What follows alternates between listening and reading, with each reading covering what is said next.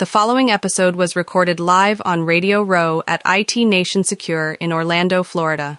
A special thank you goes out to our partners, LionGuard, BVOIP, and TrueGrid, for making this trip and coverage possible.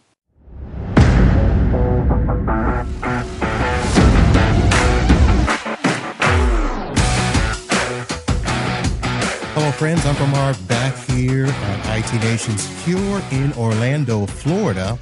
And I am joined now by MacKenzie Brown with Blackpoint Cyber. Hello. Matt, how are you? I'm good. Good to be back. It has been a little time since we chatted last. Yes, I still have the coffee cup. Really nice. Well, let's get an important thing out of the way first.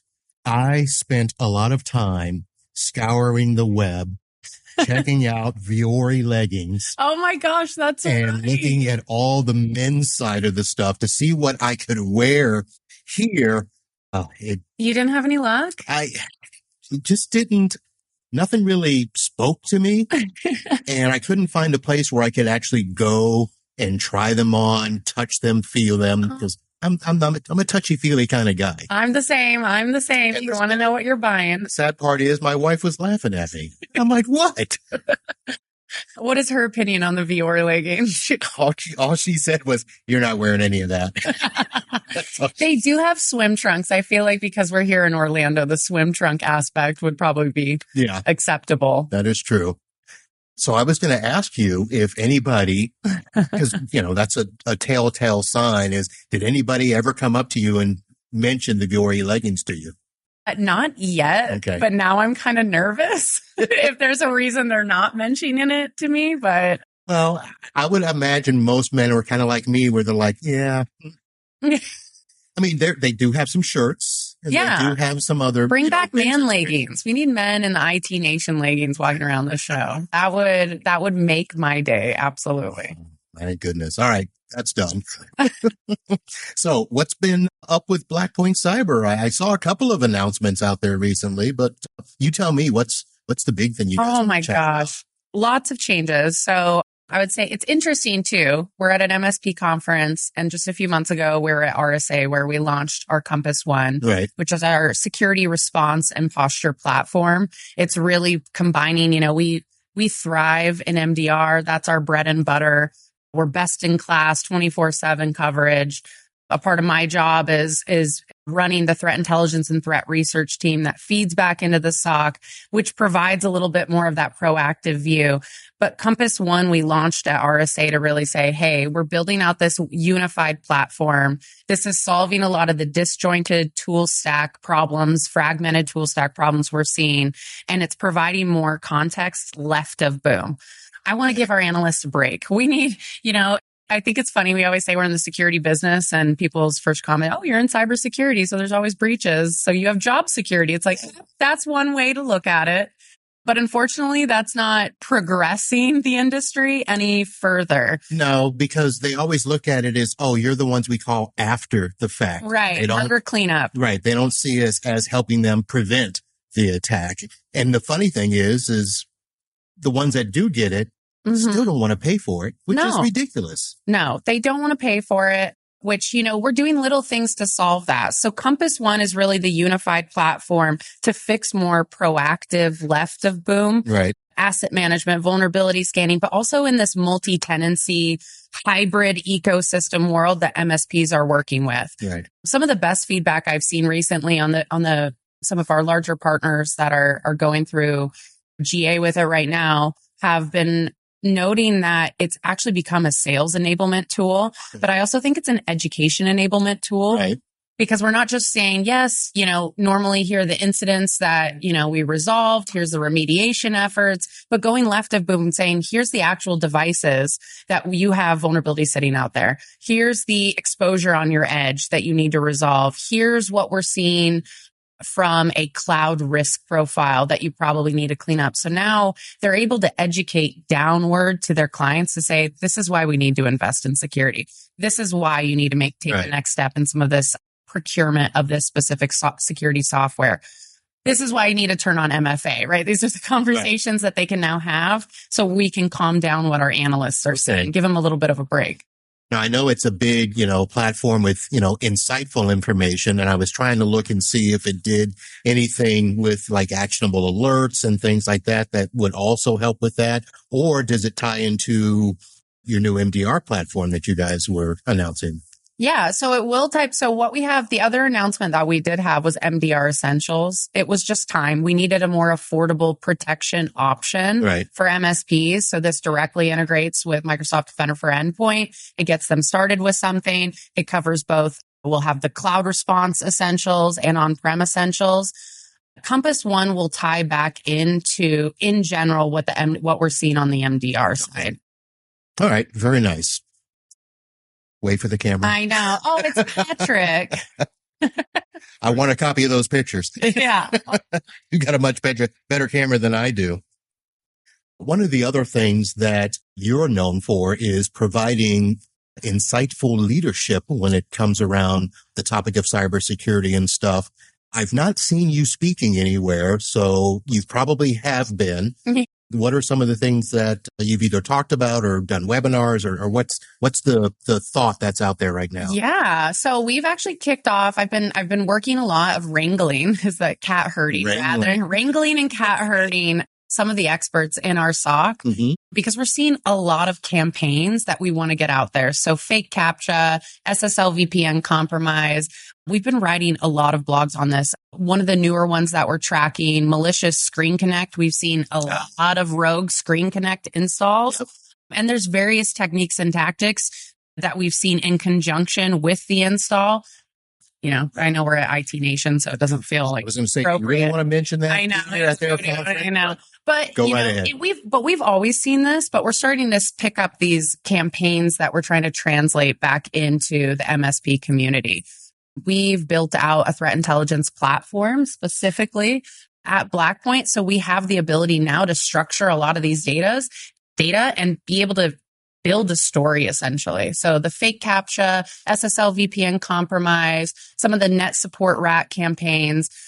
How do we get that information out there? Because it can be extremely, I don't want to say boring. It's very nerdy, but also we're like, how do we translate it in a way that say, this is where initial access happens. These are the things that we're blocking on a day-to-day. Here's what you can do to prevent or mitigate it. But if we can get that information out there, that's even better. As far as the speaking goes, I think even today, my breakout sessions on emerging threats around vulnerabilities, which is always fun to happen. I think I'm competing with Will Fredo also. He's speaking at the same time. We're going to see if people want to learn about building a security team or if people want to learn about the handling of all these overarching vulnerabilities that are getting released on a daily basis. That's been a lot of what I've been talking about lately too, is the edge. We've seen a massive lift in the threat notices that we've put out, SonicWall, Fortinet. I mean, we saw the Clio and that was a big impact. Palo Alto, Veeam backup services. And these are also the same vulnerabilities that we see exploited in a lot of the use cases that we present back to our customers. So this conversation around exposure on the edge and it also feeds back into the Compass One unified security posture and response conversation too. So funny you mentioned the edge, and I'm still tied to on-prem with a lot of my customers. They have on-prem servers. So we have the physical firewalls and stuff. Everybody's trying to do the lift to the cloud-based firewall and stuff. So I'll just ask you, and I don't know if you can answer or not, but we'll see. Is there a big difference in the, on-prem physical firewalls or the cloud-based firewalls with how clients are looking at being protected? Well, I would say from like a posture management side, the vulnerability aspects, clouds. I mean, we saw this too with, I really don't want to keep saying ScreenConnect because I feel like if I say it too many times, I'll say it for you. Still appear in the mirror, but I'll say it for you because I had to send an email because somehow somebody created an instance with my company and I already have one. And I'm like, okay, I haven't used it in a year. It's secure. My MFA is on. I don't know why one's coming up. I sent them an email and said, hey, what's this? up? What's going on? And they haven't responded yet. So there we go. Oh, well. I'll take the sword for that. Yeah. I feel like there's not a huge difference of on-prem and the cloud. Typically the remediation efforts, it's about time and speed and how fast you can do it. But I'd also say the ability to I mean, we're talking about the ability to unplug actual hardware and go into a network versus just completely spin up a new instance and remediate in that way. So I don't know, I guess from the management side of the house, the biggest issue is that we're not developing this patch management plan to get it done more hastily versus having that plan in place. And I don't mean like a contingency or disaster recovery plan, but having just a general change management plan in place to get it done quickly, to know what the risk level is. When we send out threat notices on any of these vulnerabilities that are going to be highly scored on our own internal rubric, it's because we know MSPs are using them. We know how common they are. We know how many times they've had recent vulnerabilities that are rated with CVSS, between 9.8. If we can say that the execution is not just easy for exploitability, but also the damage could be done where they could have keys to the kingdom, they have privilege escalation, right? That's what we try to focus on a lot more. So the remediation guidance is quick, but it's like, how fast can you actually remediate is really the question, regardless on-prem or in the cloud. Okay. The part B to that question is the blending of the BYOD devices, where we've got them segmented, for personal phones and tablets and stuff, but yet a lot of our people are doing so much remote that they're using personal laptops now, and they may not have agents installed on them for the rest of our stack and stuff. So how does Blackpoint, help customers, see everything on a network, even if it's not tracked in a regular MSP stack?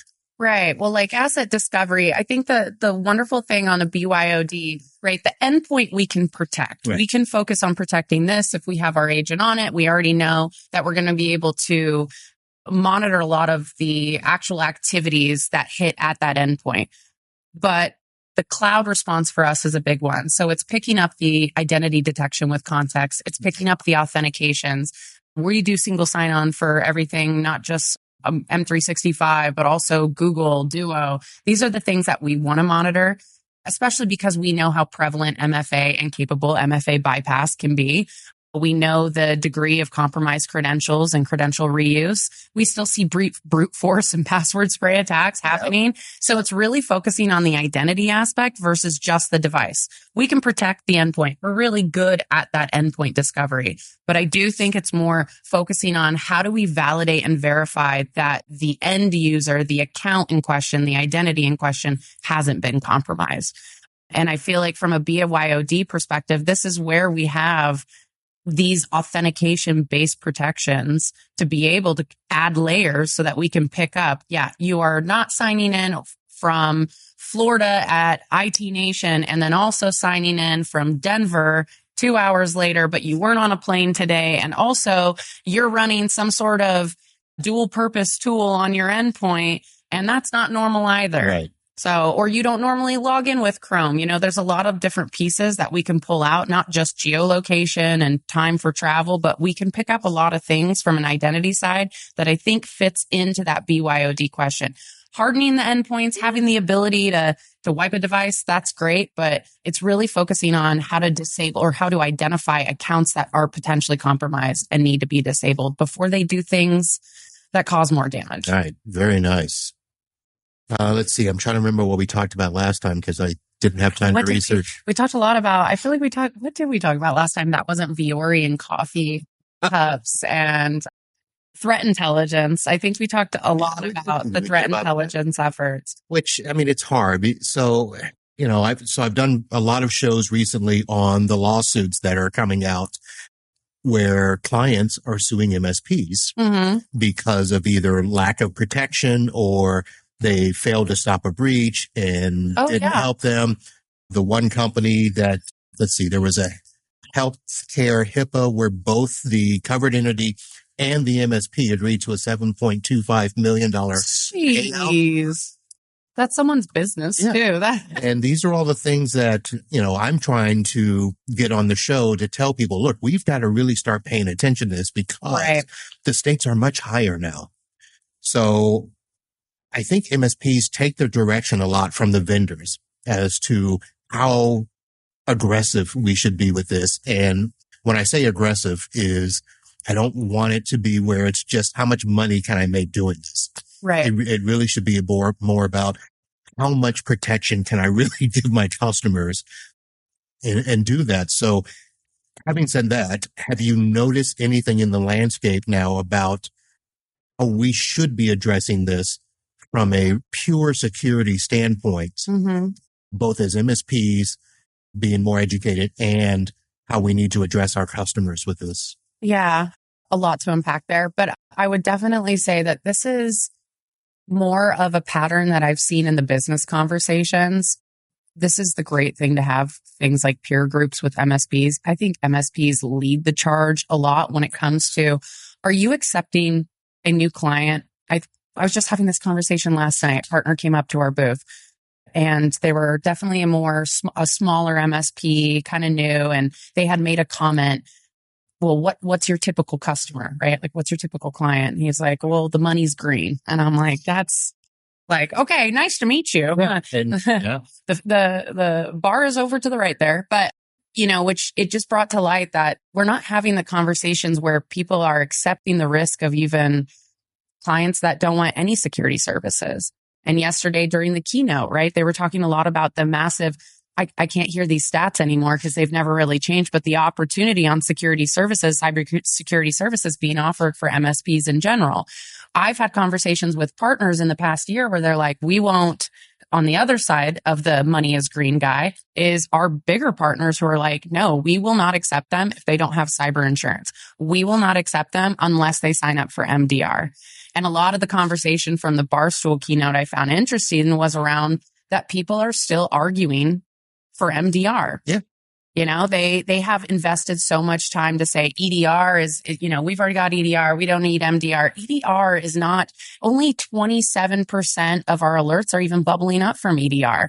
And it's still important, right? Because it provides still the signature, some behavioral analysis. That's great. But you need people on the other side monitoring for things that that EDR is not just picking up, but threat actors are evading EDR. They are mimicking IT administrators. They are using dual purpose tools. They're living off the land. This is what we were, really trained to look for. And so it's a business conversation you have with clients because if they don't want to have even EDR or MDR, why are you picking them up? Because you could be sued now down the road. Now, on the flip side, I do see people put out contracts, but it's like a liability contract. Now, if you do get popped, we told you to get security services. So this is on you. But there was another lawsuit where the MSP was still held responsible, even. Really? Yeah, because they were doing other IT stuff, but they still got held responsible for the cyber stuff, even though they weren't doing it. Right. That's kind of where all of a sudden I'm thinking, crap, I got to start looking at this differently. And I'm having this conversation with a client right now. They have downsized significantly since COVID. They had a partner change. And so the new partner who never looked at the money before, never looked at, IT before, all they see right now is how much money are we spending? How can we do it cheaper? Right. And I'm like, you actually should be spending more because we're not doing everything we should be. And their part of the conversation is only about the money because they think all IT is the same. Just like you were saying, people look at, well, EDR, MDR, XDR. As long as you have one of them, you're fine. Or they'll look at, if I throw ThreatLocker on or Huntress or Blackpoint Cyber, I don't need anything else, or Sentinel. And it's all about how can we cheapen our stack as opposed to how can we make our stack more complete, which is a conversation I'm trying to have with my client is, look, we've got to do all of these things to protect you because if something happens to you, you're going to blame me. Yeah. Right. So, and at the end of the day too, I feel like we're all, even vendors, we are having to become more vendor agnostic. When we're providing something like MDR services and they're like, oh, well, should we do SentinelOne or should we do Falcon or MDE? Or we're doing ThreatLocker and we're talking on, we're like, we don't care if you choose us or another one, just do it. Do something because we're all failing collectively or not progressing from the defender side of the house because they're not doing anything.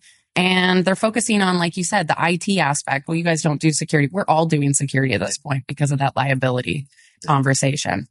Very interesting.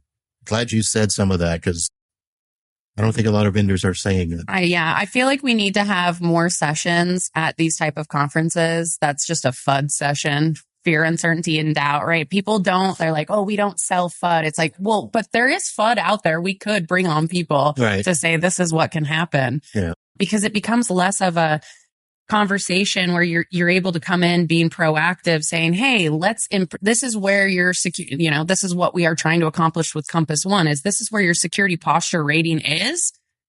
Let's get it. Here's what we need to do to prioritize to get it better. And a lot of people think when they invest in security that hardening their environment and investing it requires more money.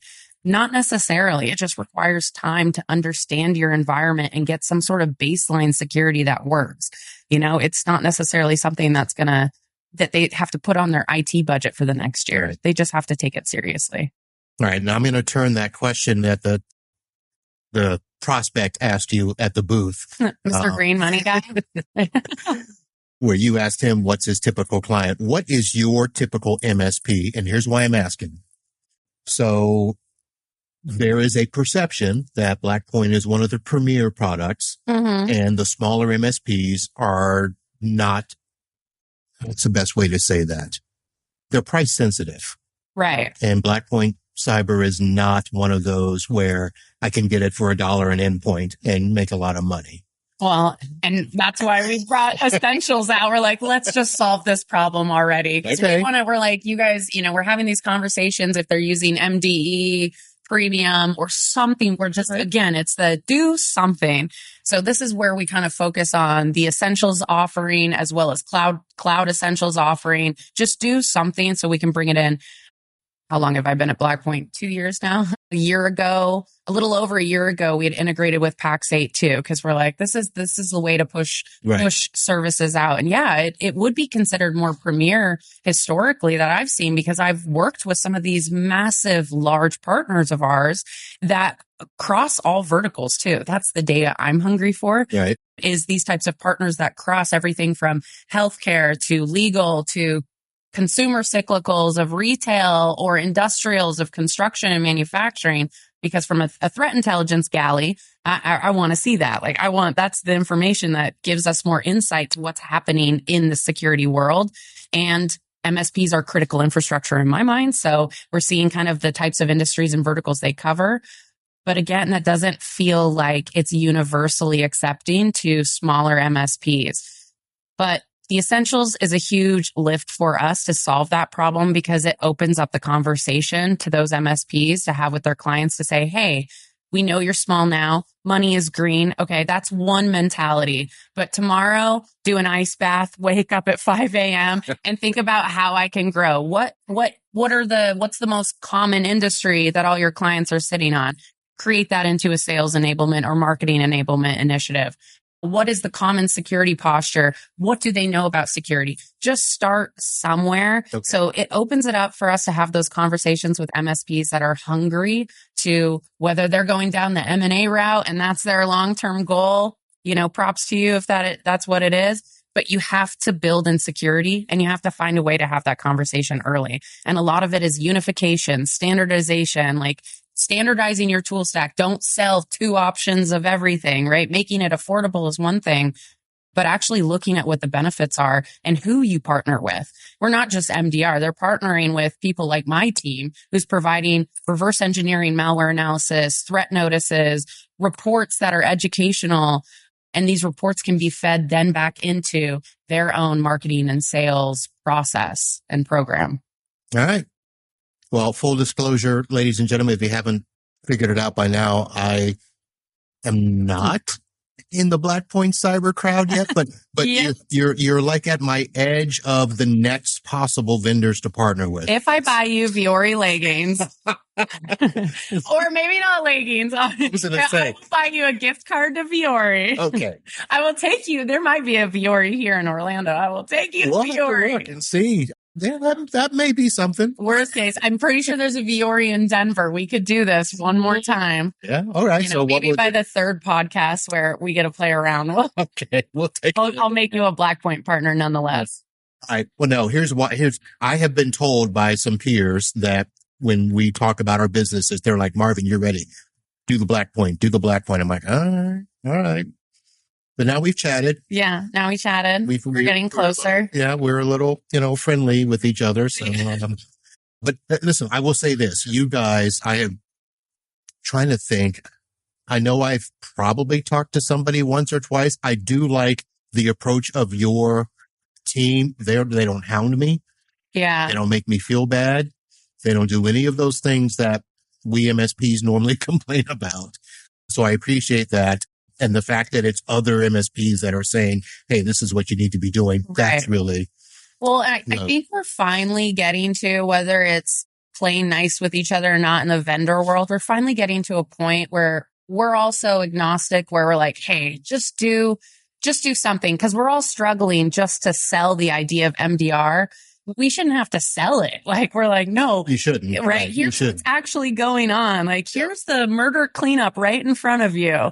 But we're still having to sell it like, this is why you put a lock on your door type of selling. Like, there's crime in the streets. But we're now collectively, I feel like we're having way more of a peer unification, if you will. Like, we're having way more conversations as vendors to say, just have something, like, just get something out there, because that's going to save us time that then you could focus on what you do want to invest in afterwards in the services. Yes, it is getting real nice. Vendors are playing nicely with each other. Yeah. I mean, CrowdStrike and Microsoft just released a report 2 days ago. Yep. And coming from the Microsoft world and hearing, always the chit chat back and forth, it's like they're the 2 big main players in the security space that are fighting against each other at times. Now they're unifying. Now they're working together. It also helps that they had a incident a few months ago. So, we won't talk about that. I feel like every time if we talk about any sort of incidents or breaches when we're at these shows, it's gonna come at us somehow. But no, they did. Yeah. I mean, Microsoft's also, made steps to kind of open up their patching. Absolutely. Third-party stuff. I mean, that is huge as well. That's huge. That's what we need. Like, we need vendors working together. We need more of this third-party alliance that's going on where MSPs especially don't have to feel like they're being sold by a vendor. They're just getting the information and they can make those decisions, which is also the biggest difference I see from those larger security conferences like the RSAs and Black Hats. The conversations are very different. They are not money is green. They don't even ask what the price tag is. They're like, how are you different from them? What can I use from you? You have to ask. You can't afford it. Yeah, exactly. And MSPs, they typically will ask, like, how much is this going to put me back? But we need to evolve the conversation, which I like what we're doing with Essentials and what we're all doing, trying to work together better. We need to evolve the conversation of, what don't you have? What is your actual attack surface? What is your security posture? Those are the things that we want to be talking about, because then technology just fits in like a nice little puzzle piece. Yeah. All right. So I'm going to have to put a note for my show to go back and dig into the essential stuff. Not really have time here to do it. Mm-hmm. I don't know if we'll have time to do it next week at PAX 8, since we're going to go Viore shopping. Oh, we might. Let's talk MDR while we're shopping. You're going to need a GoPro. And the store clerks will be like, what are you two doing?